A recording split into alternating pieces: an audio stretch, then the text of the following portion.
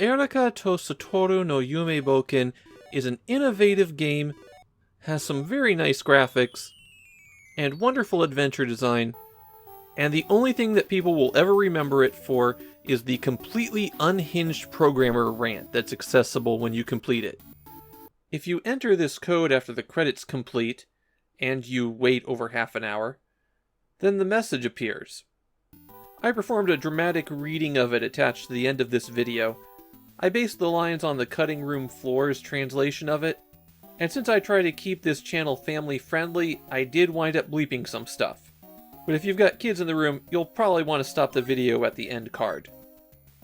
Other than being a vehicle for disgruntled programmers, Erika to Satoru Yume Bouken is an adventure game. The story is that one night as the two siblings are drifting off to sleep, they're lured off into a wonderland by following a white cat. There's a loose connecting thread about following a flute-playing priest, but really they just go around doing good deeds for the various animal people who live there.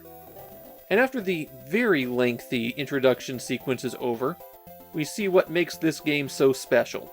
It's a two-player adventure game. When two players are working together, they can both wander the map simultaneously. However, only one player at a time can control the adventure game segments when they enter a location. If you're playing on your own, you'll have to hit select to switch between Erika and Satoru. But this also brings me to my one major complaint about the game.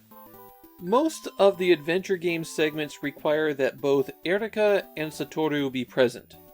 So if you're playing one player, you're going to be walking one of them over, and then walking the other one over. The commands in the adventure game segments are given by those icons in the lower right-hand corner. If you want to use an item, you do have to go into your inventory for it. But I think most of those icons are actually pretty self-explanatory. Well, except the one that controls the text speed.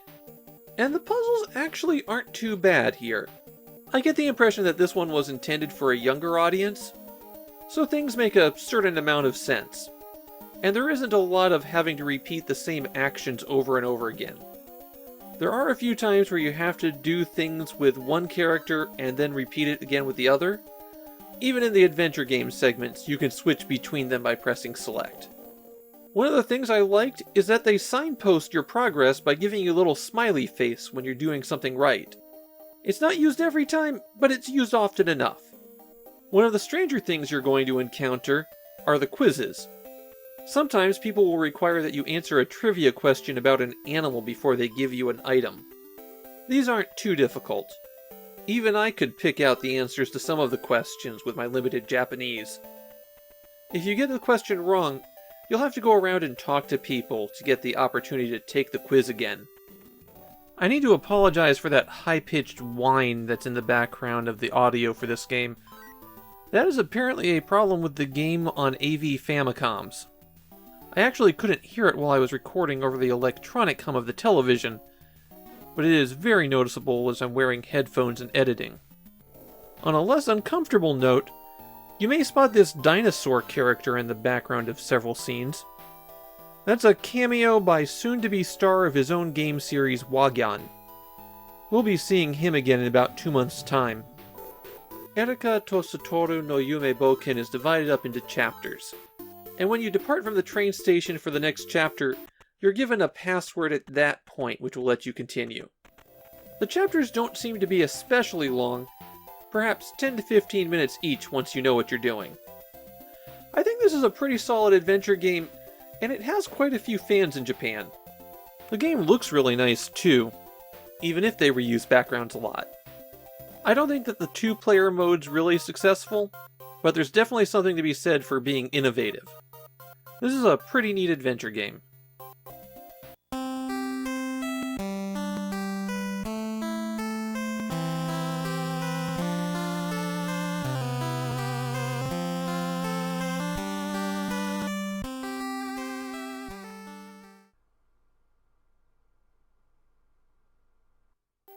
Ah, there's a nostalgic song playing. Those were good days. But beside that, who the hell are these people on this project? I'm glad it's over. You think I've got nothing but good memories? Hell no! I'm using this space for some shoutouts. First, Kaoru Agora, who ran off with some guy in the middle of the project. Yeah, I'm talking about you, you asshole. Don't show up at the office after having sex 6 times the previous night if you haven't showered. Next up, Tatsuya Ohashi. Yeah, I'm talking about you, you bastard. Don't give me that shit, coming in late on the day that we're shipping like nothing's wrong. I don't care how much porn you give me, I'm not forgetting that. And you put on a ton of f***ing weight. No wonder you shelled out 18,000 yen and only got a kiss. Kenji Takano, the Namco debugger. You're just a part-timer, don't f*** around with the project planner. Finally, Kiyoharu Goto, the biggest pain in my ass on this project. That's right, you asshole. If I got a time machine, I would dump you back in the Edo period. Go do your riddles there. Okay, that's a load off. No, wait, it's not.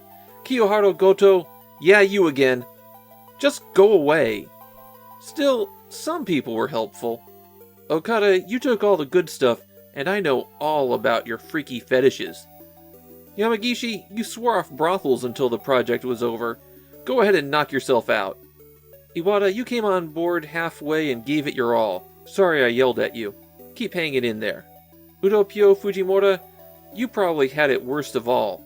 Thanks, I really mean it. Goto's the guy to hate.